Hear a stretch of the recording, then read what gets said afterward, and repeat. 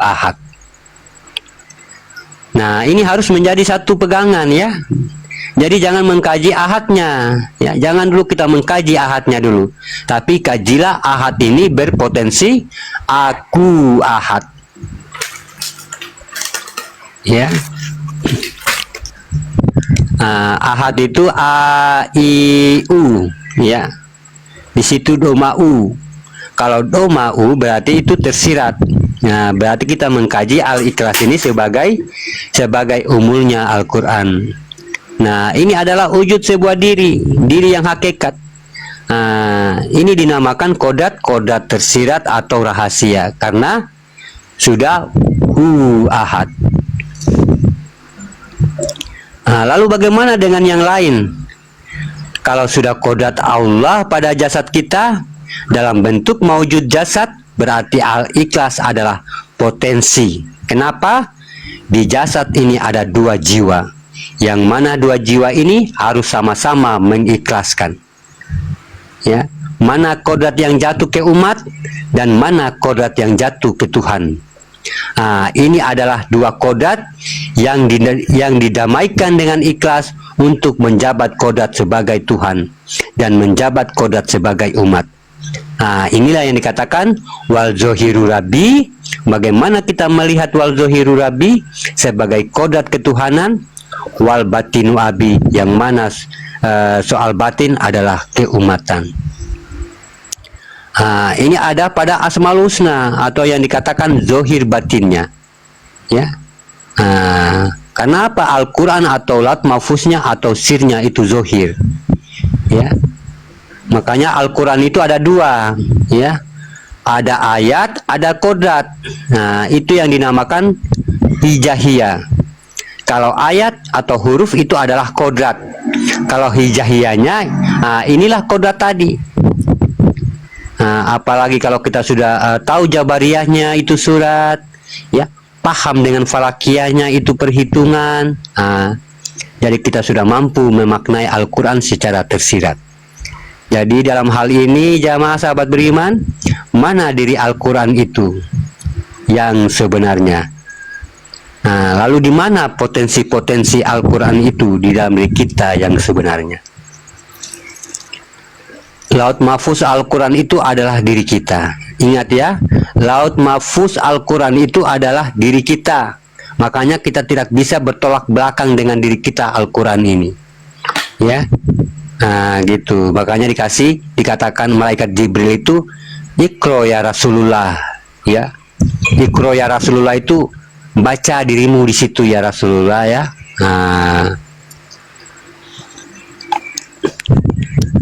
Itulah sahabat berimannya saat malaikat Jibril ini menyampaikan Waalaikumsalam warahmatullahi wabarakatuh.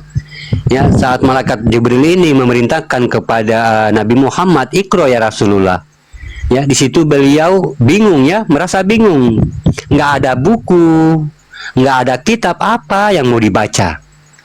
Ya, beliau kembali kepada istrinya ya dari Gua Hira, ya, kembali kepada istri beliau yang dikatakan Siti Khadijah. Ya, selimutilah aku ya istriku, katanya ya, selimuti dia, kayak demam beliau. Ya, kayak macam agak-agak panas dingin gitu ya. Kembali lagi dia di Gua Hira, Iqra ya Rasulullah, balik lagi beliau, bingung lagi. Disitulah Allah menurunkan dia gelar sebagai Umi. Ya, Umi itu bukan buta huruf nulis-nulis ya. Umi itu buta huruf membaca dirinya waktu awal tuh ya. Jadi jangan menjatuhkan marwah Nabi Muhammad itu beliau itu buta huruf. Ya, jangan ya. Beliau itu seorang panglima, memiliki talenta yang luar biasa. Ya, seorang pembisnis juga, pedagang juga beliau. Jadi tidak pantas kita menjatuhkan marwah beliau ya. Turunlah gelar Umi itu. Umi itu adalah buta membaca dirinya. Ya, kenapa yang mau dibaca itu? Tidak ada ya. Disitulah baru ketiga kalinya Iqra ya Rasulullah, baru beliau paham di situ ya. Paham, turunlah surat Al-Alaq itu ya. Itu tentang ilmu. Ya, bacalah dengan nama bacalah dengan menyebut nama Tuhanmu. Ya, berarti kita harus mencari kepada alif lam lam ha. Makanya awaludin marifatullah. Ya, bacalah itu pelajari, ya, pelajari yang apa yang ada tertulis di nama Allah itu. Ya, bukan makan Bismillah, tidur Bismillah, ini Bismillah, enggak. Ya.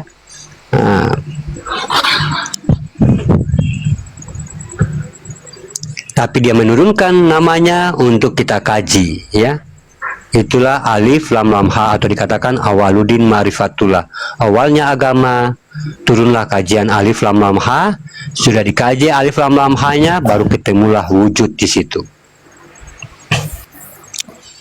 Nah, jadi manusia itu laut mahfuznya Al-Quran, ya, atau diri kita. Artinya sifat nyatanya. Kita inilah kitabullah, kita inilah Al-Quran yang hidup, ya.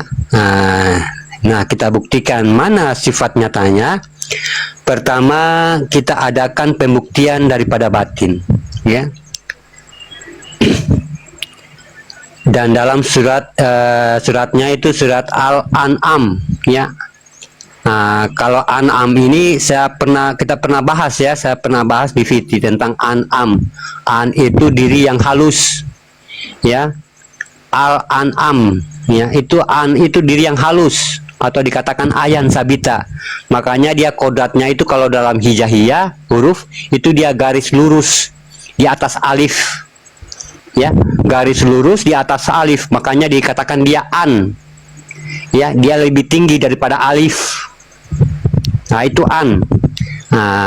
Yang mana amnya? Yang amnya itu yang lurus, yang alif itu yang kelihatan, yang aftar, ya, yang jelas. Nah, itu yang am, yang diri zohir. Yang di atasnya itu diri an, ya. Lalu mana kodrat an-amnya pada diri kita? Mana batin yang terlihat itu? Dan yang kedua, mana makom batin an-am tadi?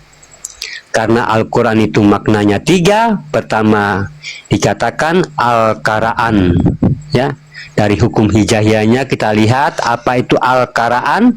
Al-qara'a kita baca dengan an. An itu sifat kodrat batin bagi Allah, ya. Yang kedua Al-Quran, ya, di situ dia Al-Qurannya kalau hijaiyahnya dia naik doma di situ, ya, naik doma. Di situnya kofnya sempurna, ya, doma naik. Artinya apa? Penyempurnaan ruhani, ya. Jadi Al-Quran itu ruhani pada diri, ya. Yang ketiga adalah Al-Qur'ain. Al-Qur'ain ini ada ain di situ, ya, ain. Ain di situ. Jadi al adalah Allah, qur adalah pendalaman atau tadabur, sedangkan ain itu dengan pandangan. Waalaikumsalam warahmatullahi wabarakatuh. Jadi bagaimana kita bisa melihat kodrat yang ada di dalam rahasia ayat tadi? Al-Ikhlas ini adalah umul hayat, ya, atau umul Al-Quran, bukan umul ayat. Umul Quran itu umul kodrat, ya. Kalau Al-Fatihah baru umul ayat, ya, karena dia sifat, ya, semuanya sifat tuh, ya, Al-Quran tuh, ya. Cuma kalau Al-Ikhlas bukan, ya, umulnya umul kodrat dia, ya, induknya Al-Quran. Kalau semua itu tentang sifat. Al-Fatihah juga termasuk sifat dia, ya. Nah, dia sebagai umul ayat tadi. Kalau Al-Ikhlas adalah umul kodrat. Jadi mana potensi Quran di diri kita, ya, seperti Al-Kahfi, ya. Surat Al-Kahfi ini adalah ditaruh di tengah-tengah, ya. Dalam arti dia adalah sebuah baitullah, makom baitullah di dalam diri kita. Inilah surat Al-Kahfi, ya. Surat Al-Kahfi itu dia di dalam bentuk baitullah di dalam diri kita, atau dikatakan baitullah dia, ya. Makanya ditaruh di tengah-tengah, ya. Makanya dia berzikir di situ, ya, di dalam gua. Gua itu gelap itu basiro, ya. Basiro itu sukun itu hitam itu ma'rifat itu maghrib, ya. Itu goa tuh, ya. Makanya kalau kita mencapai zikir ini, ya, di situ beliau Al-Kahfi ini mengatakan kepada Nabi Muhammad, "Hai Muhammad, ya, aku ini sebenarnya manusia biasa seperti kamu yang diberikan wahyu oleh Allah. Barang siapa yang ingin berjumpa dengan Tuhannya, maka jangan ia menyekutukan dengan dirinya." Ya, makanya Tuhan jangan menyekutukan dengan diri kita. Itu zikir, ya. Dia diperjalankan oleh zikirnya. Inilah surat Al-Kahfi, Baitullah. Ya. Makanya Nabi Muhammad itu diperjalankan dengan zikirnya, ya. Dikatakan dengan zikir tubuh, dengan zikir ruh, ya. Zikir tubuh yang mana? Zikir latifah atau dikatakan zikir syariat. Kalau zikir ruh dikatakan artinya tentang hu Allah tadi, ya, itu zikir ruh atau zikir nafas.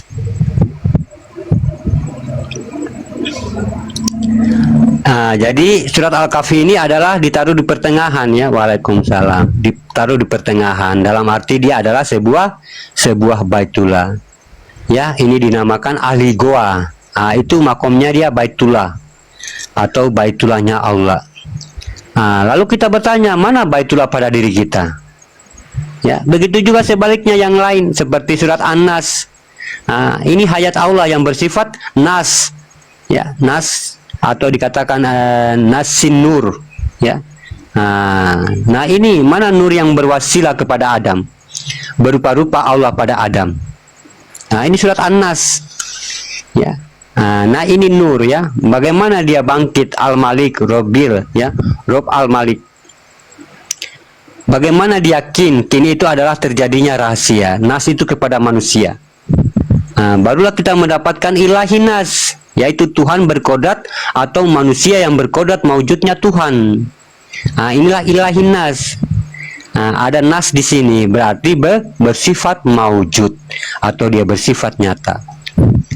Baru kita lihat lagi seperti waya latof, bagaimana kita maknakan di mana kodratnya yang merah yang ada di dalam batin tadi. Kita melihat Al-Quran bertinta merah, ya. Mana yang merah itu di dalam diri kita.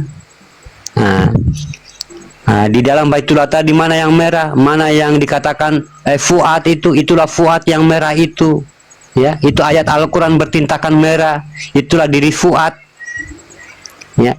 Mana kodrat yang merah itu, ya. Itulah yang diri fuad yang berbisik-bisik pada diri kita. Ya, diri fuad, diri yang baik, ya. Dia selalu ngomong kepada diri kita itu jangan ambil, dia ngelarang kalau dia bikin kayak gini, itu diri fuad. Itu semua tak ada tajalinya, ya. Apalagi dia sudah bersifat mewujud menjadi hak kemanusiaan.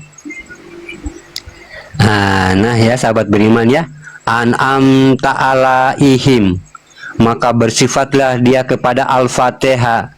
Sifatnya Allah pada Al-Fatihah menjadi Fatihatun Nasun. Sudah Fatihatun Nasun itu sudah manusia, ya. Nasun, nas manusia, itu diriku. Barulah terjadi hakikat sirnya Allah pada sifat zohir dan batin. Inilah yang bertajali pada Bismillah sebagai kepala bagi diri kita, ya. Alif lenyap dalam huruf ba. Inilah Bismillah, ya. Sahabat beriman, ya. Jadi sudah paham dengan surat Al-Ikhlas, sahabat beriman, ya. Di situ bagaimana kita dia mengikhlaskan dirinya sebagai kehambaan, bagaimana juga dia mengikhlaskan dirinya sebagai ketuhanan. Kalau dia mengikhlaskan diri ketuhanannya dan dia juga mampu mengikhlaskan diri kehambaannya, berarti kita di situ tidak ada, ya. Karena apa? Kalau kita ada di situ sebagai kehambaan, berarti kita sudah bersekutu dengan dirinya. Karena apa? Karena hamba itu yang tidak bersekutu dengan dirinya. Itu yang dikatakan hamba, ya. Yang tidak bersekutu, yang sudah dihalalkan tuh sholat, ya. Yang sudah dihalalkan sholat, yang sudah dihalalkan beribadah, itu hamba bagi dirinya, bukan hamba kita ini. Kita ini masih merasa memiliki. Inilah yang sekutu, ya. Yang Allah itu nggak mau hadir gara-gara ada keakuan kita di situ, merasa memiliki, merasa diri kita ini hamba, ya. Tapi hamba itu dari dirinya sendiri, ya. Makanya dikatakan ya, tidak ada yang mampu bersujud kepadaku selain sifatku sendiri. Ya, itulah diri kehambaan. Kalau kita ini tidak bisa, ya, bukan diri kehambaan karena kita merasa memiliki. Diri kehambaan yang tidak bersekutu kepadanya itu yang datang daripada dirinya. Itulah yang tidak bersekutu. Makanya kalau kita lagi sholat, kalau kita masih merasa diri kita, lalu di mana Tuhan itu? Kalau kita merasa diri kita hamba, ya, jangan sampai hamba tidak ada, Tuhan tidak ada di situ.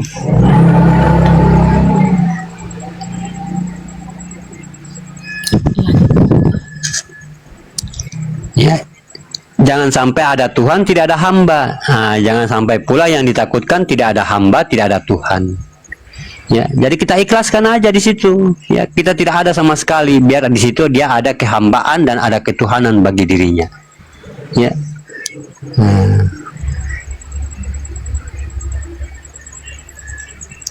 Ini Mbak Nuriana kok terpental ya?